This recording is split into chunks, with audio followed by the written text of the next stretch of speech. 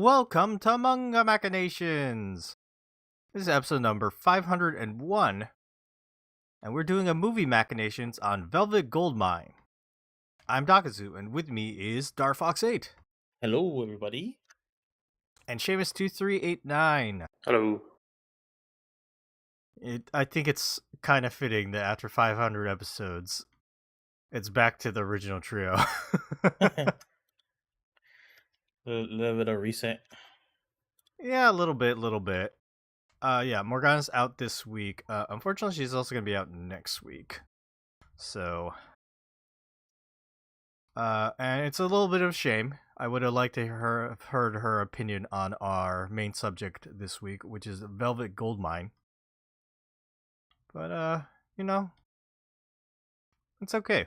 We're going to talk about a movie for the main segment of this podcast. Sorry, I just woke up. We're recording really early on a Sunday for scheduling reasons. Yeah. And, Dar has something to do, so this is going to be a shorter episode as well. Like, we have, a hard limit cutoff that would stop talking. So, yeah. I'm waiting for my Red Bull to kick in. How are you, Dar? Post 500. I'm pretty good. It feels a little nuts because to peel the veil back a little bit, I was setting up the stream stuff about an hour ago, and just typing in 501 on the episode number. Just a little crazy. We've been doing this for a long time. But yeah, it feels good. Happy to be here. Yeah, I know, right? Just wait until we hit 10 years later. Yeah, it's not too far from now. Just a few months from now. Yeah, this year is flying by. Yeah, it's kind of 2024 is kind of crazy to me. Mm-hmm. What about you, Seamus? You have any post 500 blues? No. Another day. Reliable Seamus anyway. Sorry, Dar. I don't know if I cut you off. No, yeah, you cut me off, but I was just uttering. All right. Well, like I mentioned at the top, we're on limited time this week, so before we get started, let me quickly thank people who have donated to our coffee. If you want to support Manga Machinations, make sure to head over to ko-fi.com/mangamac. And you can buy us a coffee. We gotta update this coffee splash page, Darfox. We do, yeah. It's been like 3 weeks, and I keep forgetting. Yeah, it says Land of the Lustrous waiting for your support, and that's funded. It is done. That will be happening in the future. A retrospective on Land of the Lustrous. But yeah, thanks to our wonderful listeners who have bought us a coffee to support us. We've been able to buy manga and do more projects. So we have an upcoming retrospective on Oak, the Inner Chambers. But big shout out to people who are supporting us. Philip, Manga Machu, Vicky Dalton, Lulu Deluid, Mia Wyatt, Dr. Meltface, Poor Mexican 72, Liquidus 002, Xteen, and Jen. Thank you for supporting us. Special shout out to Philip, who not only funded our Berserk Psycho Selection, but also funded Land of the Lustrous pretty much single-handedly. Philip has been a multiple supporter. We gotta make a new role for him in Discord. Very, very generous, mega generous. Manga head, something like that. And yes, we're streaming our recording on YouTube. YouTube.com/MugaMacTV. Darfox is now on stream with looking very nice with a red, shirt. I really can't talk right now. It's called camisa in Spanish. These button-up shirts that all the Hispanic kids wear to birthday parties or whatever. Very nice. Oh. But yeah, let's move along from our coffee and our YouTube to a little bit of what you've been reading. Darfox, you told me you had some stuff, but we're going to save it till next week. Yeah. Mm-hmm. All right. What about you, Seamus? Nothing for me. Okay. Well, I have something that's very fitting for this week where we are without Morgana. Do you guys remember a manga I talked about many years ago? Actually, I think we read this for the podcast. Nobunaga no Chef. Yes. Yes, Isekai chef cooked for Nobunaga, and he would sometimes help with like the battles. He would cook like food, and the smell would go across the battlefield and weaken the resolve of soldiers because they get homesick Yeah, that smelling happened the like once or twice. He wasn't very involved in battles because he was a chef. But yeah, the premise of Nobunaga no Chef, or Nobunaga's Chef, a chef of Nobunaga, is that a man awakens in the Warring States period of Japan with amnesia. He doesn't remember who he is, but he's actually a time traveler. And he's a French chef who is now like employed by Nobunaga. And it's always like very precarious because Nobunaga is known to execute his like vassals like immediately or as soon as he got angry. So just, dancing on the knife's edge of like trying to appease Nobunaga with his French culinary skills. But it ended. 37 volumes of that series. I'd kind of fallen off that series after volume 20-ish or so. I don't know, it was hard to follow like a lot of the history stuff because it follows like the progression of Nobunaga. And I mostly checked out the final volume just to see like how it ends. So this is a bit of spoilers. If you don't want to be spoiled, probably skip ahead like I'd say about 5 minutes. But yeah, a chef of Nobunaga. The entire thing that's been leading, I guess, the end game of this manga, it's been leading up to like this chef. His name is Ken. He's found somebody to love in this world, somebody of this time. He ends up meeting more people who were like also like time traveled back that like worked in his kitchen. And so these were also like people from the modern age that were kind of like manipulating history and changing things around.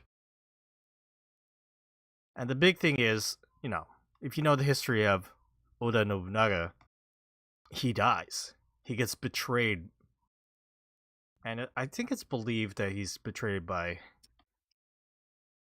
Akechi Mitsuhide. So the question is Ken going to be able to stop Akechi Mitsuhide from betraying and killing Oda Nobunaga? And the answer, Darfox, is yes. Oda Nobunaga lives. And that's basically the end of this manga. It's like history has been changed. And nobody else was interested in betraying Oda Nobunaga. It's not like this Akechi fella can't pull it off, so he really just like gives up. Yeah, it's interesting because Akechi Mitsuhide was he was someone who worked under Oda Nobunaga, and it's his betrayal. There's lots of books and history stuff about this, lots of variations. But in this manga at least, Ken had a good relationship with Akechi Mitsuhide and tried to convince him not to do it, but he does it. Of course, the plan fails in this manga, and Akechi Mitsuhide, has a final talk with Ken as he's escaping. I won't get into details about that, but it's you ask if someone else is gonna betray him, but like at this point, like you veered so far off from history, and now like this is like a new historical timeline. Mm-hmm. I think they knew that this is a good place to end this manga. Otherwise, they're just writing like their own fiction about history. So yeah, Mitsuru Nishimura did this manga, and it was good. I think I enjoyed it. and logically it makes sense.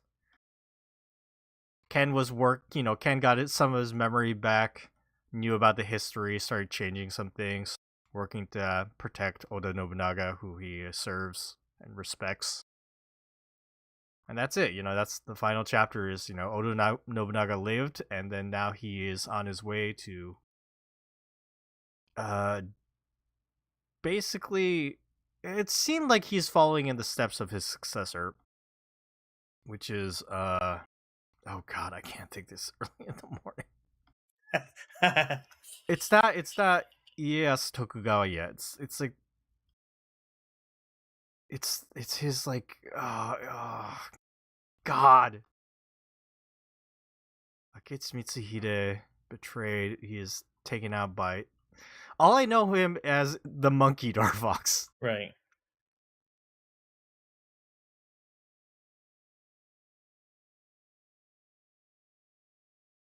Man, I can't even type into fucking Google this early. Toyotomi Hideyoshi. Hideyoshi is like the person who worked under Oda Nobunaga and was known as Monkey. The thing about Hideyoshi is like he ended up kind of like trying to invade Korea. So like I guess like it showed Oda Nobunaga in this final chapter going out into the world. Like he's, Oda Nobunaga was like I think historically he was very interested in like, foreign stuff and foreign items, so who knows if he'll actually follow that path? We don't know. All we know is that he lived, and that's the ending of Nobunaga no Chef. Wow, I'm way more tired than I thought I was. Fuck. Ugh. Okay, there's one more manga that I'm gonna attempt to talk about in my current state. I read something that was fairly interesting, Dar. You're gonna relate to this a lot. Sunny Sunny Anne by Miki Yamamoto. Darfox.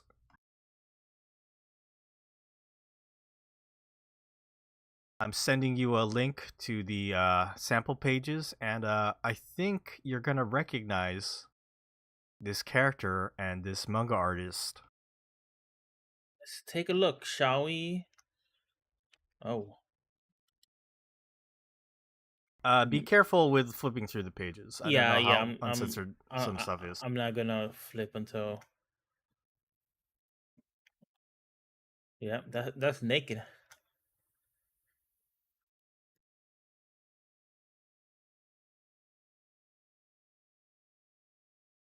Do you recognize this art style?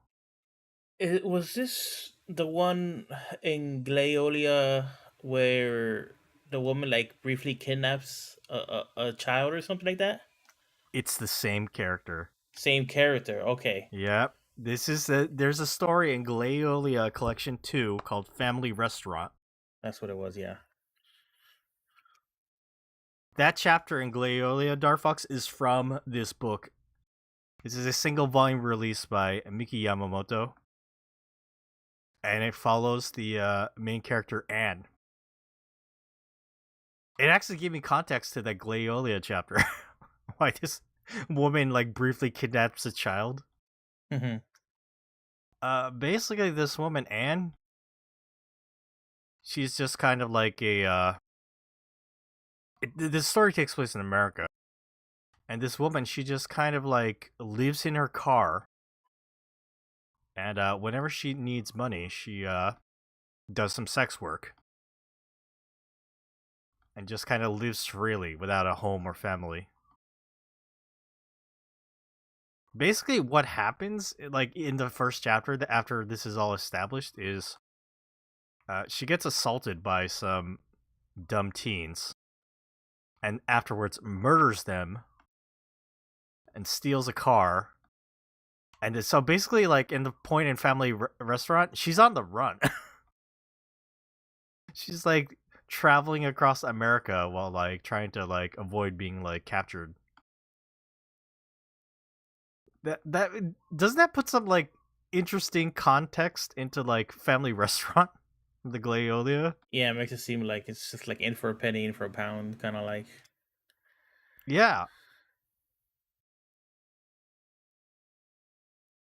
When I came across this manga, I immediately recognized the art style. I was like, "Is that the same character?" And then I read this, and I was like, "It is."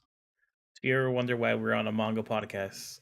I Because know. we could spot a random artist and storyline from an anthology we read one time. Yeah, like I found another manga too. I haven't read it yet, but you know the manga. What's his name? I'm sorry. What's their name? Neru no Daisuki. From Glaiolia. You know the one about the cat people that are riding giant bugs. Yes. I found one of their manga, so like I haven't read it yet, but I'll try to report back on that. So Did you ever get to read Pop Kami? I personally have not read Popcorn yet. Okay. Pop Kami has a story of theirs. It's my favorite of their stories, but it's a really short one, and it's just comedic where the cat person is looking for, because he's having a job interview. He's like, where is the office that I'm going to be interviewed? And he walks into like an office that has just a bunch of like surely like yakuza men fighting each other and stabbing each other, and they're all drawn really hyper realistic and weird, unlike the cat person. And they're all like, where do you hide the evidence? Give me the evidence. And just like all this crazy crime stuff happening, and they're fighting each other. And he's like, oh, what did I just walk into? And then another cat person walks by, and they're like, "Oh, you're here. Let's go over here and have the interview." And they sit down at a table, just like a few meters away from this giant brawl happening, and they have the interview. And the cat guy, he's just kind of like glancing over. He's like, "Okay, is this okay that we're just sitting here while the people are killing each other?" It's just I love it. a really good, just kind of like surreal, like comedic bit. The giant insect one is kind of similar, but like it doesn't have the exact same tone. That's my favorite bit of theirs so far that I've read, which has been pretty limited, right, in our random anthologies that we get. Yeah, this one. I guess I'll talk about it like later, after I read it. That try to describe it based on like what I see, especially in my current state. Jesus Christ. But yeah, those were the two things I read this week. Just wanted to do a little quick what you've been reading. Kind of interesting note on a manga I've talked about before in the past. And then also, yeah, the Sunny Sunny Anne that I found like it was a connection to Glaiolia too that I didn't know about.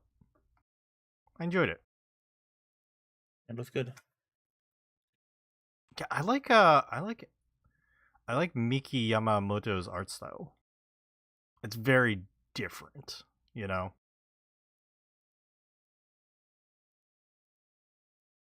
Yes.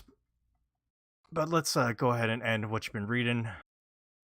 Like I said, we're going fast this week, so it's gonna be short, short, short. Before we get to Velvet Goldmine, let's talk about next week. So, Seamus, you are also out next week. Yep. So, when it's just me and Dar, everybody knows by now, it's time. Man, I couldn't remember the name of this type of episode before we started recording. Usually we do something like a new chapter check-in, but we might do a light one. It's the current stuff that's happening in like, popular manga is somewhat interesting, but it's like on the cusp of like My Hero, I think, is on the cusp of like finally ending. So there's things to say about it.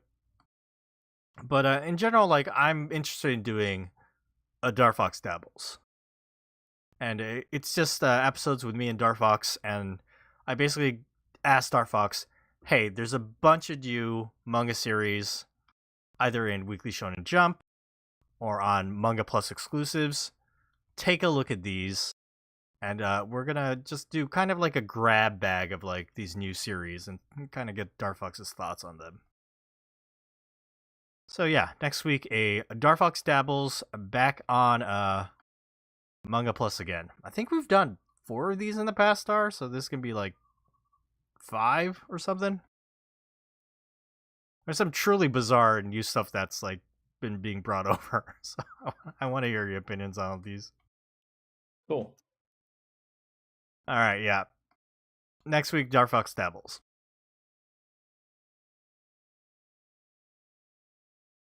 Okay. You know what? Because we've barely been going, I don't think we're even gonna take a break. But I will put in like a little music cue here as we go into our main segment, Velvet Goldmine.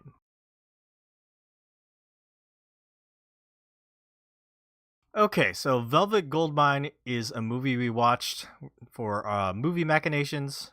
Movie Machinations 1, we watched Morgana's favorite ramen western, Tampopo. We all enjoyed that. We had a talk about it. For this Movie Machinations, it's Velvet Goldmine, a movie directed by Todd Haynes. 1998 musical drama that it's set in Britain and covers the glam rock days of the early 1970s. And it's about a fictional bisexual pop star, Brian Slade. Brian Slade is very clearly David Bowie. A lot of boy stuff in this movie. Yeah. To give a general plot, the movie kind of starts with like a mystery that's posed because Brian Slade, this pop star, is on stage and he gets shot. And it's all shocking. But then like eventually like right afterwards, like after they do the intro, and like the movie is not in chronological order, so it keeps jumping back to flashbacks. But basically, it's set up. There's a British journalist named Arthur Stewart who is looking into the mystery of what happened to Brian Slade, because he didn't actually die. He did this as a fake event to stage his own death, and then it caused him to like basically like get canceled, and his career ended. And so Arthur goes around interviewing people in Brian Slade's life. And then it's jumping around in different parts of Brian Slade's history, from like his beginnings to his first like performances, meeting another like rock star named Kurt Wilde, who is clearly Iggy Pop. And yeah, it just kind of like as the movie goes along, you kind of learn like the life of Brian Slade, and it's filled with a lot of musical performances and stuff like that. So the reason that we watched this movie is because it has a direct connection to Paradise Kiss, which we read for our last episode. In fact, George, the main love interest in Paradise Kiss, directly quotes Brian Slade. I think is based a little on Brian Slade, don't you think so, Dar? Yeah. With the blue hair and everything. I guess we'll start talking about our opinions on this movie, or our thoughts. But as I was watching this movie, the only thing I could think of was that Ayazawa must have loved the shit out of this movie. Don't you think so? Like every like fashion sense and like set design and everything, I was like, this is like a Ayazawa movie manga come to life. Right, yeah. Yeah, Dar, you talk for a bit. My brain's dying. One thing that Dagazu kind of left out, he mentioned that it's kind of like a non-linear plot. The movie's kind of an investigation because the Christian Bale character is a journalist, and he gets tasked with finding out what happened to Brian Slade and all those years, and trying to figure out the mystery of this publicity stunt of him getting faked killed on stage, which Christian Bale's character was present for. There's a lot of scenes in this movie, Christian Bale just being in the audience and just looking around and seeing a bunch of different players and a bunch of different like people who are kind of involved in the plot, and him kind of like having this weird like epiphany, like, oh my god, like these people, this is happening. Um, it kind of happened like three times in this movie. But yeah, like I wasn't expecting to get so much Christian Bale in this film because Ewan McGregor has top billing in this.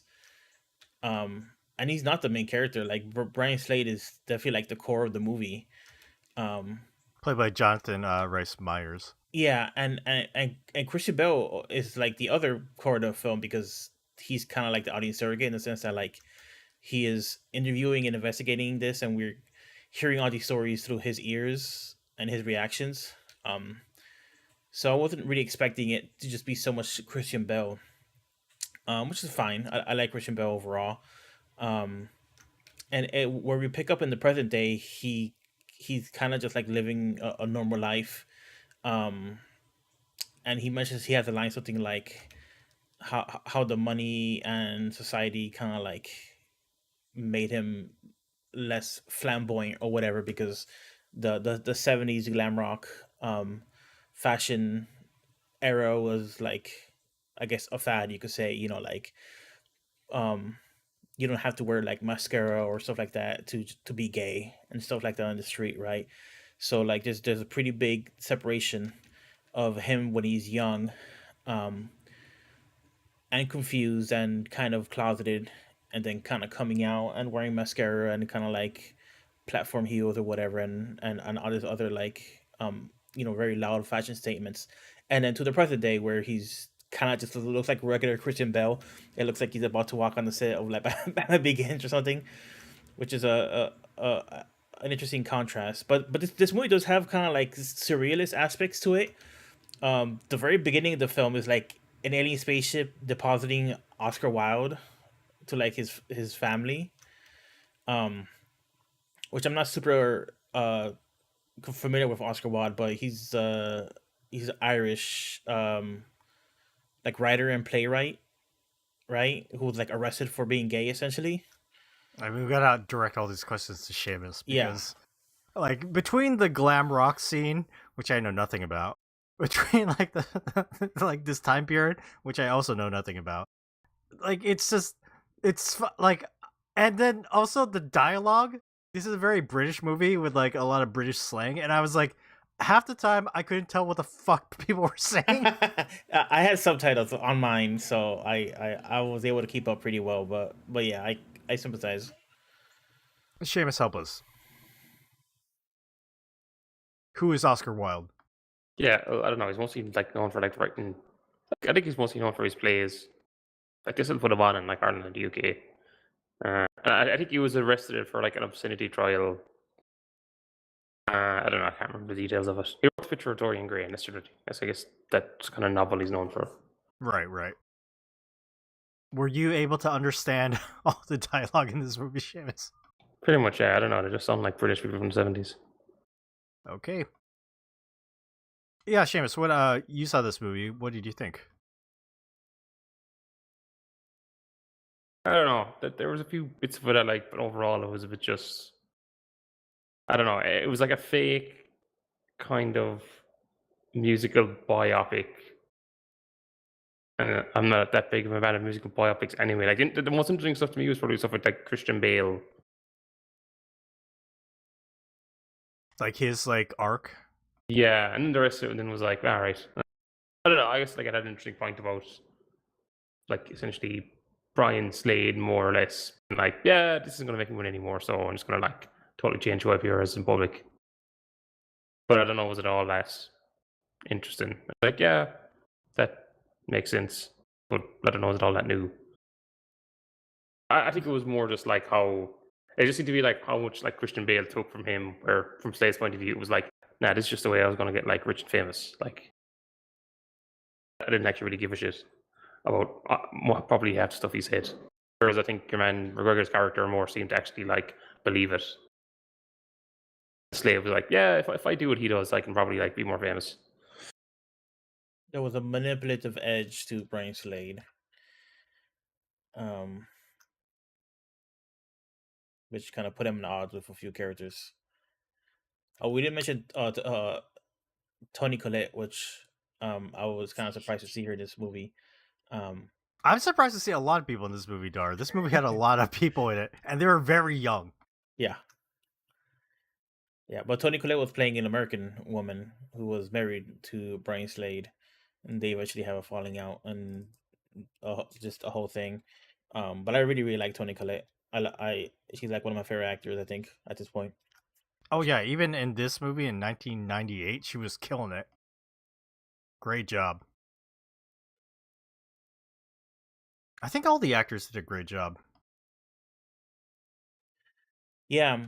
For the film itself, I think if you really like glam rock and you really like find like the fashion and just kind of like the movement and just kind of like the statement of being openly gay during a pretty regressive 1970s, this movie is probably like a must watch. I kind of feel like it has constant music playing throughout it. It's kind of one of those movies where like every scene flows into some sort of concert scene where somebody is singing a song, and then from the concert song it kind of cuts to like some sort of moving like monologue slash montage of the plot progressing with the song continually playing. It just constant throughout the whole film.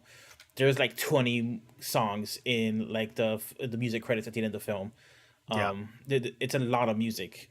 And I assume these are all covered songs from actual artists because I recognize two of the songs. I didn't recognize any of the other ones. But if two of the songs are real songs, then I figured the rest of them are, or most of them are.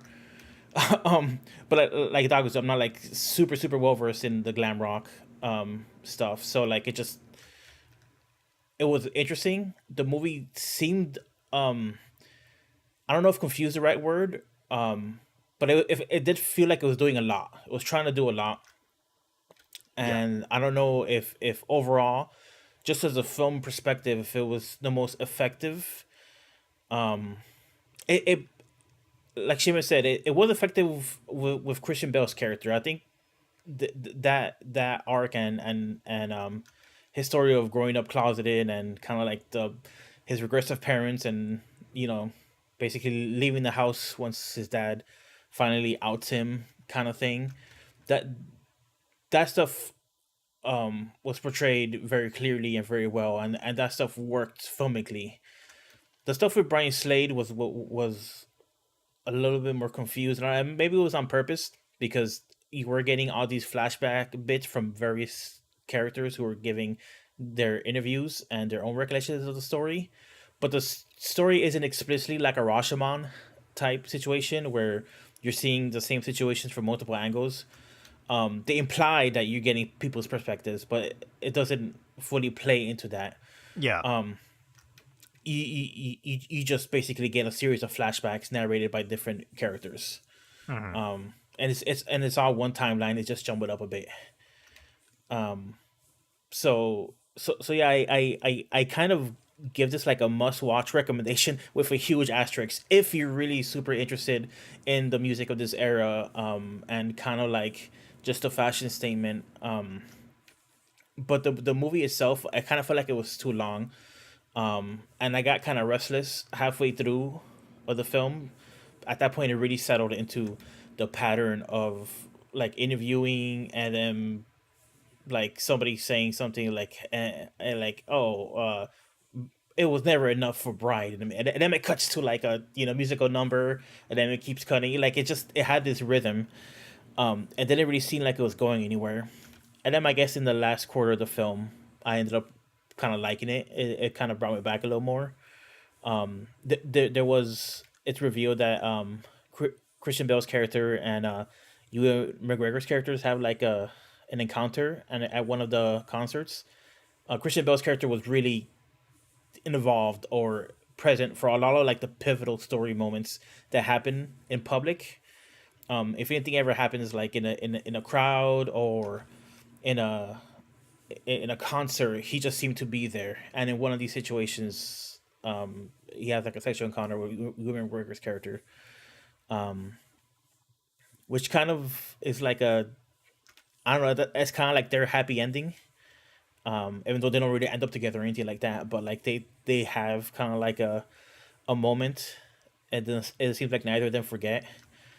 And then at the end, Christian Bale Really? inherits the weird brooch thing from space. I don't know if it was clear at the end when like Arthur finally gets to see Kurt Wilde, which is Ewan McGregor's character at the end, after it's revealed that, Brian Slade has reinvented himself as Tommy Stone. They both go to the concert and, they kind of comment on like, I guess, Brian just wanted to find success another way and abandon like the image that helped, Arthur come out and like, accept who he was.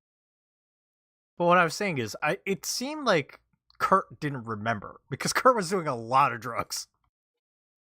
Yeah, it's possible he didn't remember, like literally remember, but like emotionally, he might have seen. Is it what is the Arthur? Arthur is his name. Christian Bale's character is Yeah, Arthur. Yeah. Arthur. Yeah. Because he bequeathed onto him the magical gay space stone. Is that what that device was supposed to be? It came from space because Oscar Wilde came from space. It was Oscar Wilde's stone, and Ewan McGregor came across it one time when he got beat up as a child, probably because he was different. No, I thought that wasn't Ewan McGregor.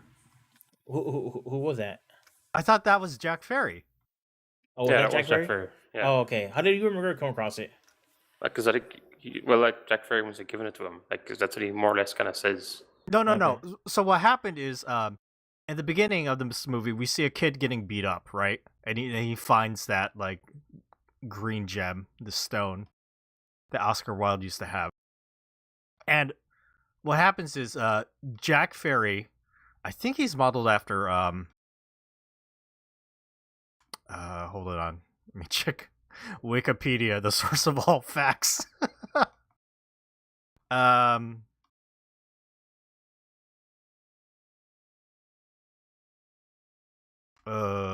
Little. Wait, where is this?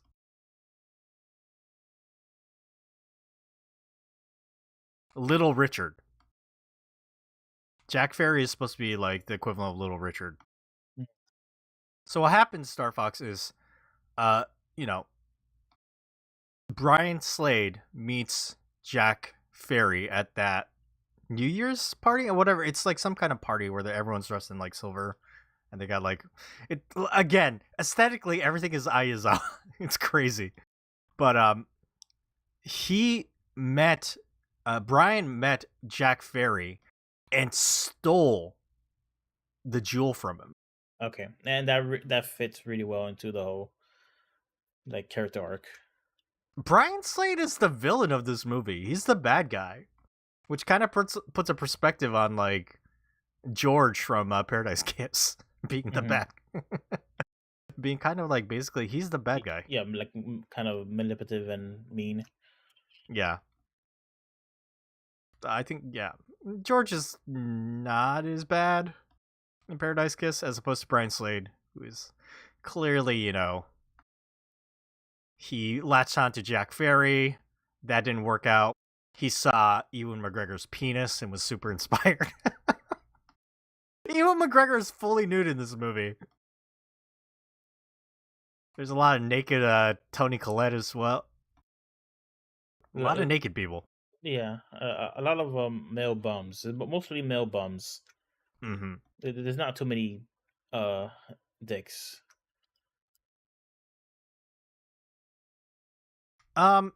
So Brian Slade he got married to Toni Collette's character Mandy, and then he saw Ewan McGregor's character Kurt Wilde on stage and was like, I want to meet Kurt Wilde and work with him, and they have their own revolution and do their own performances.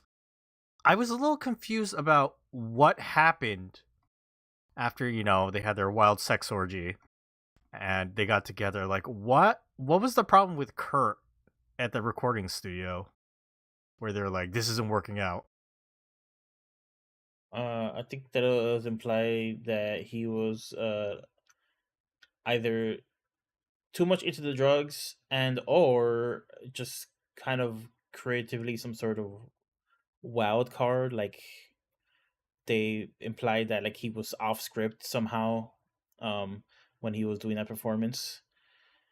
Um so speaking to you two about kind of the plot and about the two characters, in retrospect, I kind of get the impression that it's more like his actual artistic ambitions was clashing with whatever um kind of more controlled kind of like market based ideas they had um on Brian Slater's side. Brian Slade, yeah. Brian Slater's side, yeah. Maybe influence from Brian's new manager, Jerry Devine, played by Eddie Izzard. I did not expect Eddie Izzard to be in this movie either. But yeah,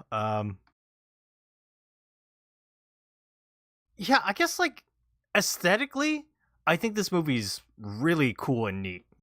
I don't like I Yeah. said, I don't have any like love for the music of like the glam rock eras. And I have some comments about some music stuff. Which I'll wait for later. I But should have known. only a couple because I'm not familiar. But anyway, aesthetically, this movie is very pleasing and interesting to watch.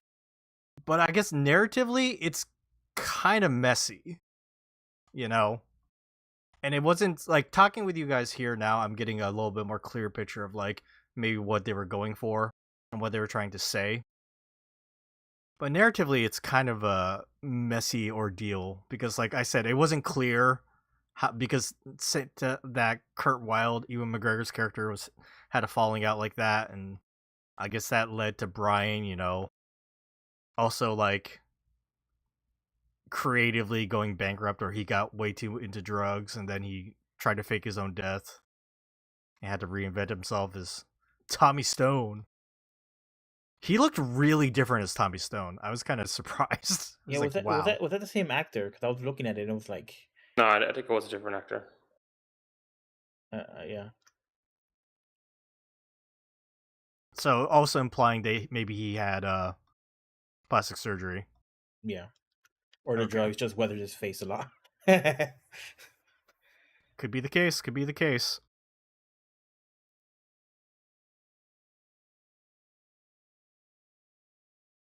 Yeah, Dar, I'm looking at the soundtrack listing, and there are a couple like Iggy Pop covers, like that the performance that Ewan McGregor does right at the end. This is when he hooks up with Arthur afterwards. That's an Iggy Pop song. Looks like they desperately wanted like David Bowie's approval to use his songs and stuff like that, but like they were denied. I have a quote from David Bowie here about Velvet Goldmine. When I saw the film, I thought the best thing about it was the gay scenes. They were the only successful part of the film, frankly. Interesting. Yeah, it looks like at least according to Wikipedia, which is, always right. It is sourced. That David Bowie was denied Todd Haynes' request for using his likeness, or not using his likeness, but using a song catalog, because Bowie was trying to make a film like this at the time. Interesting.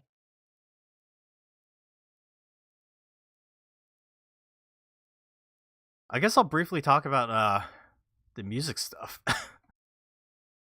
Dar, this movie opens up, after the aliens dropping off Oscar Wilde, and then you see like the kid getting beat up for wanting to be a pop star. It shows the opening credits, and there's like a song. The song is like out of tune. I was like, really? We're gonna start with this? This singer is not on it. He's not hitting the pitch. this movie would have been torture for you if like the whole movie was like bad music. So I hope it wasn't like, because like I said, the whole movie they're constantly singing through the whole movie. Mm-hmm. I will say, Ewan McGregor, that guy can sing. He was very good. Same with John Rice Myers, who played Brian Slade. Though I liked Ewan McGregor singing better. It's primarily those two singing the whole movie. So as long as you Mhm. like them, you're good. Yeah. It was basically only the opening credits song that I was like, but that was at the beginning, so I was like immediately like, oh boy, what have I gotten myself into?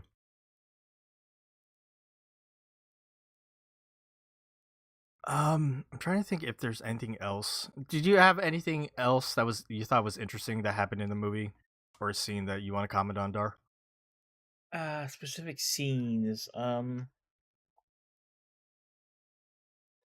I thought again they did pretty well with Arthur's scenes. So there was that scene where Arthur was with his parents in the living room watching an interview with Brian Slade, and Oh, he was saying, "That's me, that's me." yeah, he was saying that, right? He was imagining that like he could embrace that and be open about it to his parents.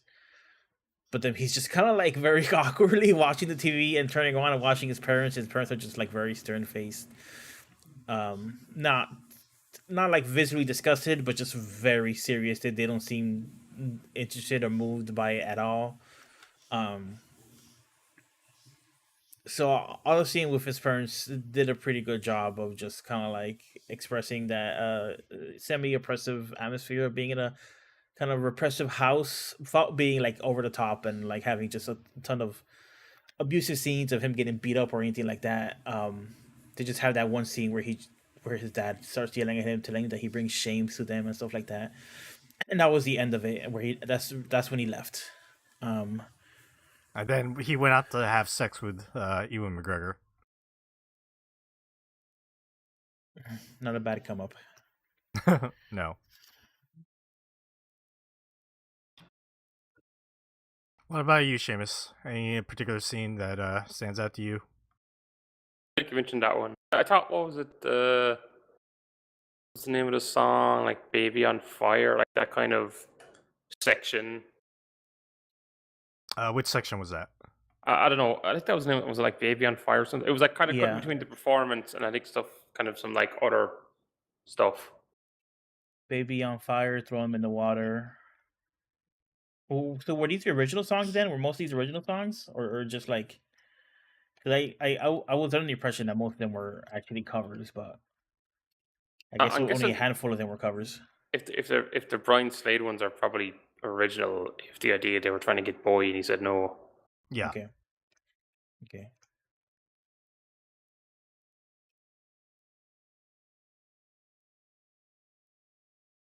I talked about liking like the visual aesthetic and like all the parts that Ai Yazawa would probably like. What did you think, Dar? Yeah, I mean, technically, the movie is very. I think the movie won an Academy Award for costumes. Um, That it would totally it, make it, sense. Yeah. it won some sort of technical award.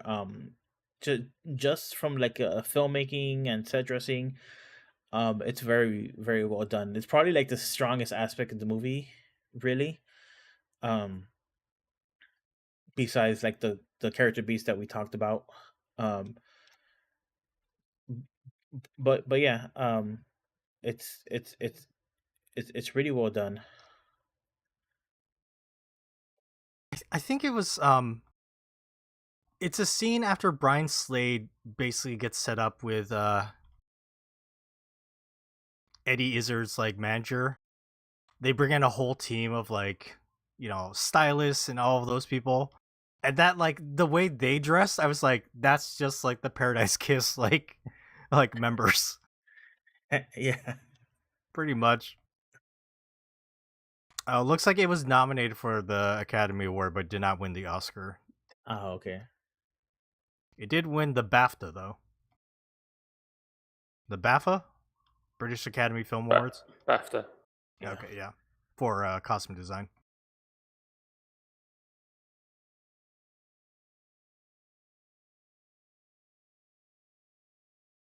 Dar, did this give you any more perspective on like George from Paradise Kiss? Yeah, I could see why. Maybe this is too meta, but like, 'cause we see why like someone like George might like be really into like this movie and character. Um, but besides that, I mean, like, But specifically Brian Slade, yeah, not like Kurt Wilde. Is like, yes, Yeah, that's because like Kurt Wilde was like hard gay, whereas Brian Slade is like soft gay. there was that line early in the film, and I was wondering where the film was going to go with it, where it's like a Kurt Wilde interview, and he's saying, "Oh well, you know, it's the end thing to say to say everybody's bisexual now, but like, can you actually like be gay? Can you actually make love like gay people?"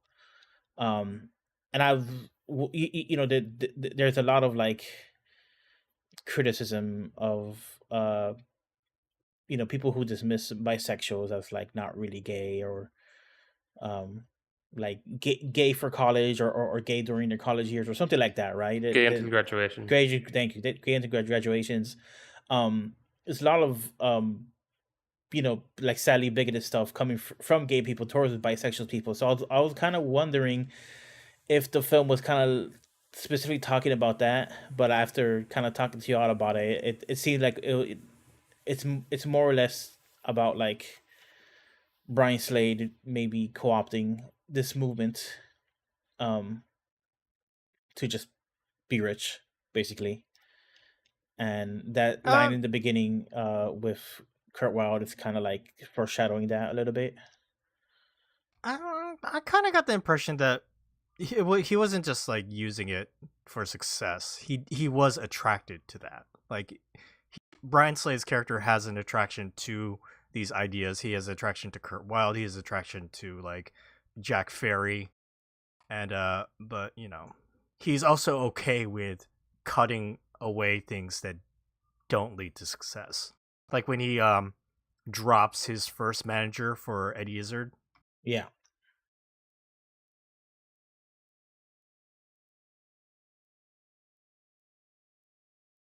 Seamus, did you think Brian Slade's character was just about success? That's kind of like it seemed to me he was just like looking for. I don't think he ever really had any artistic thing he was working towards. It was more just like, you know, the fame.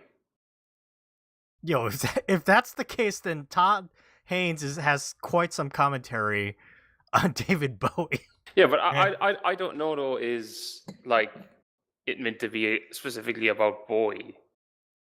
Like to me, it seemed more. If you talk back to the Christian Bale character, it's like at that time, like he took it as real and it like impacted him, even though it's probably like looking back to it now, he's maybe realizing actually, you know, Slade wasn't like what he was portraying, like why he was portraying it that way.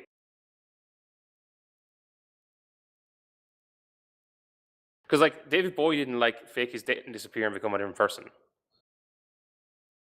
Like that was the whole thing. Becoming Tommy Stone was a way of totally like eliminating that history. I don't think Bowie ever like like unless now someone has some conspiracy theory out there that you can let me know about. The boy's so alive right now.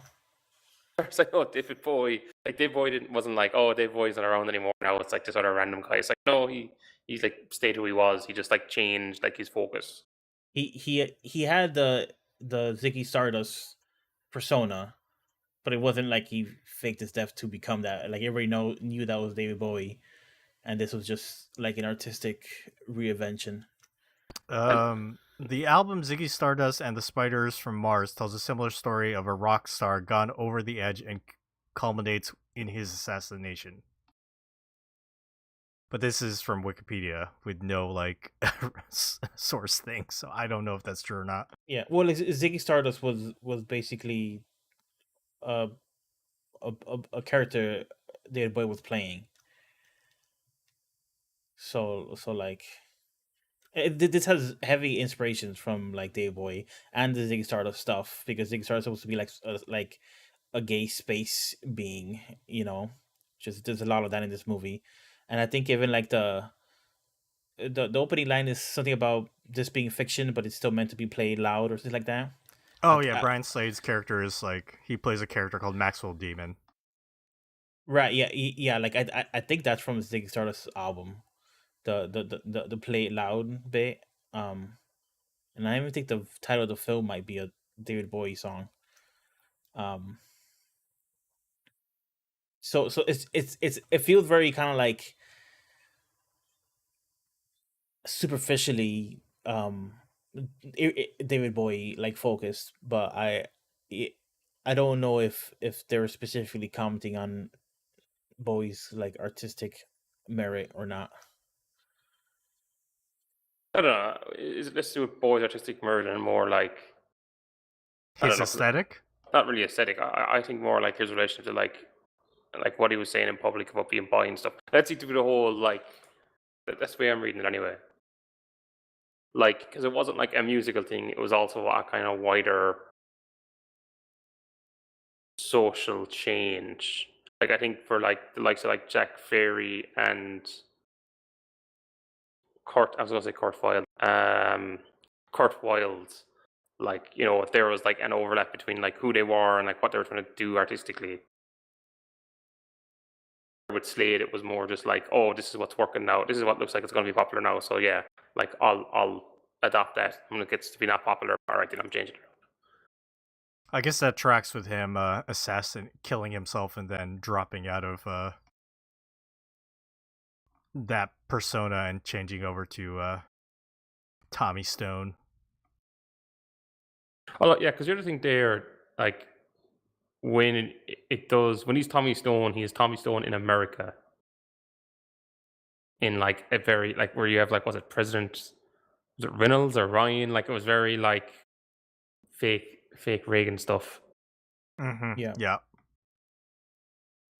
But like I don't know. I guess the thing, like, if you knew more about David Bowie, would you know? Like, is part of the reason Bowie went away from like saying he was bi and talking about that stuff was him being like, oh, this is really fucking me over, trying to like make a career in the US. They specifically ask Stone, Tony Stone, what was his name? Tommy Stone. Tommy Stone, yeah. Tommy Stone about like President Reynolds, right? He's like, oh, I think he's doing great. And, there was a point in the movie that they make a comment on it. Yeah.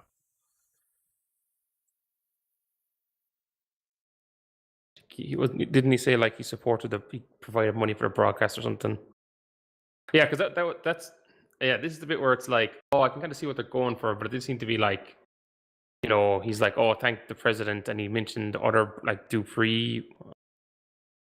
Like it sounded like different brands, although I don't know. I think Dupree's an actual brand, isn't it? You're asking the wrong person.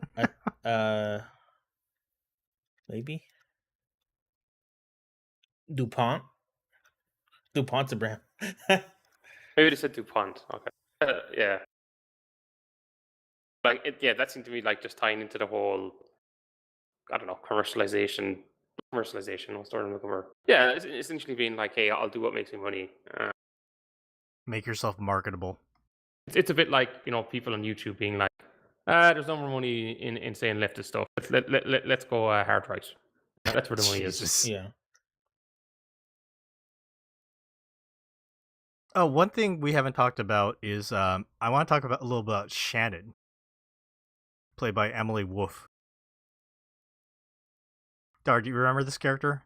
Yeah, she's the one who showed up to interview to be a bookkeeper, I think. Yeah. And then they just like, oh, you're the next like fashionista or something like that, and she kind of gets swept up on it. She was like very not like into it to start. She's basically Yukari. Don't you think so? Someone who's like has no like idea about like the world of like this glam rock, and then like slowly gets corrupted. Yeah, like corrupted or empowered. It's hard to say when she becomes like basically Brian Slade's main assistant slash advocate. Mm-hmm. I guess like there's a sex orgy scene, and she ends up having sex with Eddie Izzard's character, but then she was super like upset that Brian Slade had sex with Kurt Wilde that night. I guess because she was in love with Brian Slade. Is that what was implied? I think that was implied. Yeah. Okay. Gets told off by Toni Collette's character, and then later on gets to show Toni Collette the door after Brian Slade is like, he's moved on past Mandy Slade. That part was also like not very clear about why Brian Slade moved on from Toni Collette. Is it because he switched over? Like, it sounded like they had like an open marriage thing going, but him having sex with Ewan McGregor was too much or something. I don't know. I was confused. How do you read the star? Well, I think she said a comment like, "This is becoming your life" or something like that. Like he was living the character too much or something like that. Yeah, I was also like completely. I wasn't completely clear on it either. But the scene had that strong kind of sense of like the Toni Collette was humiliated and cast aside, and everybody was laughing at her. Kind of like it almost had like a surrealist aspect to it because the logic of it wasn't completely sound, but the intent of the scene was very, very clear, and the performances were very clear. And I expected something of this to happen right from the beginning. I was like, okay, we're gonna see like the downfall of this character eventually, right? Yeah, the people who eventually or originally supported him were going to get cast aside in favor of other potentially more opportunistic people or something like that. But like you said, like that intent or like logic or reasoning wasn't clearly defined, or at least I missed it while I was watching the movie. They just seemed to sort of happen because they were meant to happen, without the movie actually showing me why that was happening. So that was that's where I would say that like the narrative stuff kind of like doesn't connect. I don't think my issue with the narrative was more as a bit like, I was going to say floaty. That's a terrible word. This kind of stuff was happening, but there was no real like, I don't know, urgency to it. And then when it was kind of taking its time on stuff, I was just like, this is all right, but it's not like that interesting to actually look at. Oh, and also they had a lot of like zoom ins like, right at the start and a few other parts that I was just like, I don't know, it just seemed very odd. It was like something almost like in a documentary or something, where it's like, or like a news, like they're like a news thing where it's like, oh shit, look over there, like, but I don't know, is that like a Todd Haynes thing? I don't know. I don't know Todd Haynes like other movies. The movie was very interested in kind of like what the media was saying, right? Which in a way is kind of weird because like of course the media is going to be like kind of regressive and not like um not on the bleeding edge of things, um but at the same time the whole movie seems to be about kind of like public perception and personal perception, and the difference between like reality and stage and that kind of stuff. So I guess it makes sense, but so much of the beginning of the movie was like different news anchors being like, oh, the strange people are out today with mascara and platform boots. Like, what would they think of next? And it just seemed like it was like a lot of that in the beginning of the movie. I guess Really it's trying driving to that point home. Yeah. yeah, I guess it's trying to establish just like what the public average Joe Perception. perception of it will be. Yeah. Yeah. Yeah, Brian Slade quote at the end of the movie from that Kurt Wilde says, Brian once told me a man's life is his image. Direct quote into Paradise Kiss. Yeah, we've discussed this movie quite a lot. Seamus, I guess your closing thoughts on this and whether you recommend this movie or not. I don't think I would. Interesting bits to it, but as a whole, it's a bit like, all right, like, great.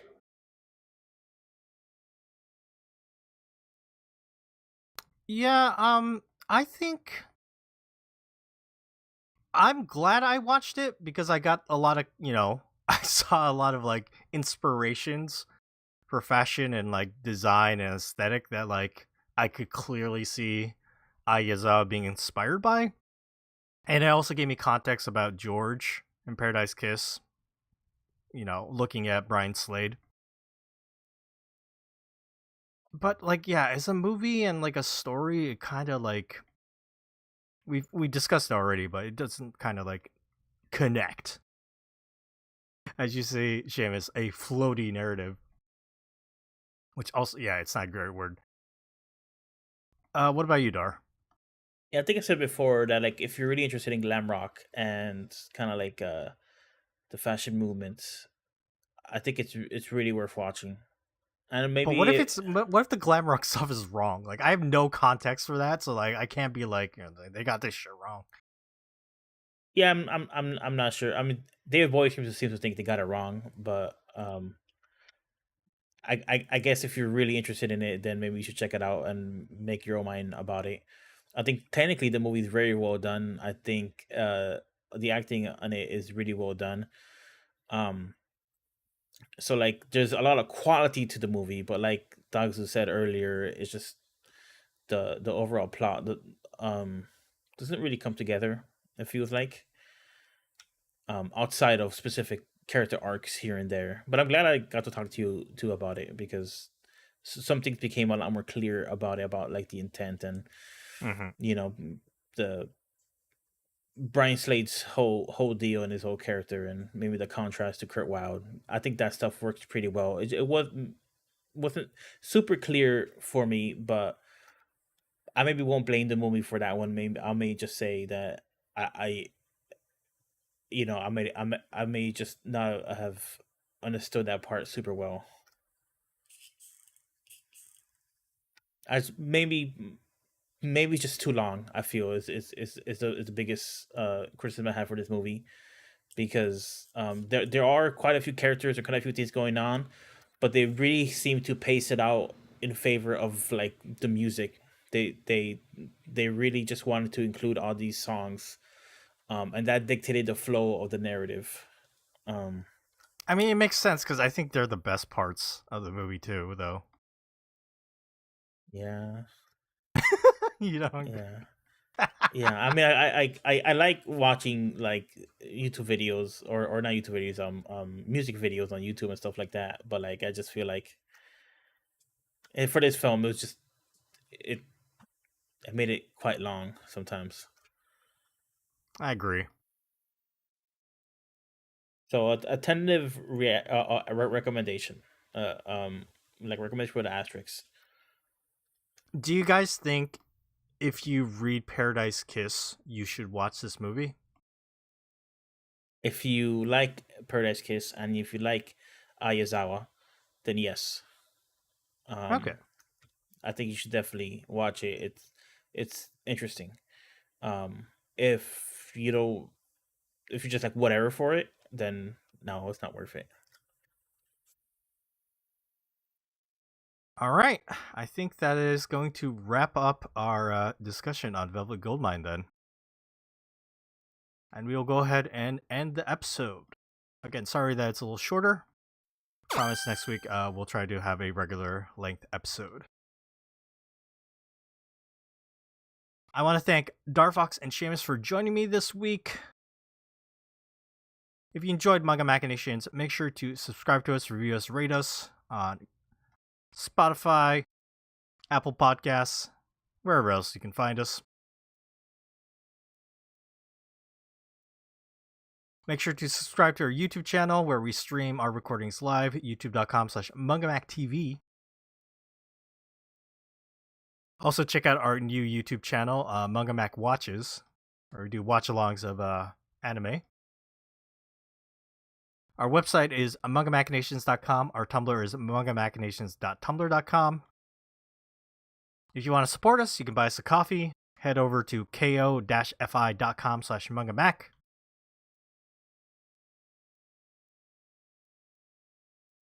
Come join our Discord server, discord.me/mangamac. You can come play Mahjong with us. Just come talk to us, and yeah, you can join us. We play every Mondays. Let's see what else. If you want to send us email with a question, send it over to mangamachinations@gmail.com.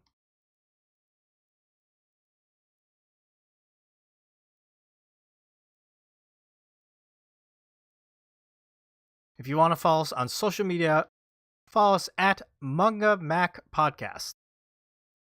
That's Manga MAC Podcast. And that's our handle on Instagram, Twitter, Blue Sky, everything else.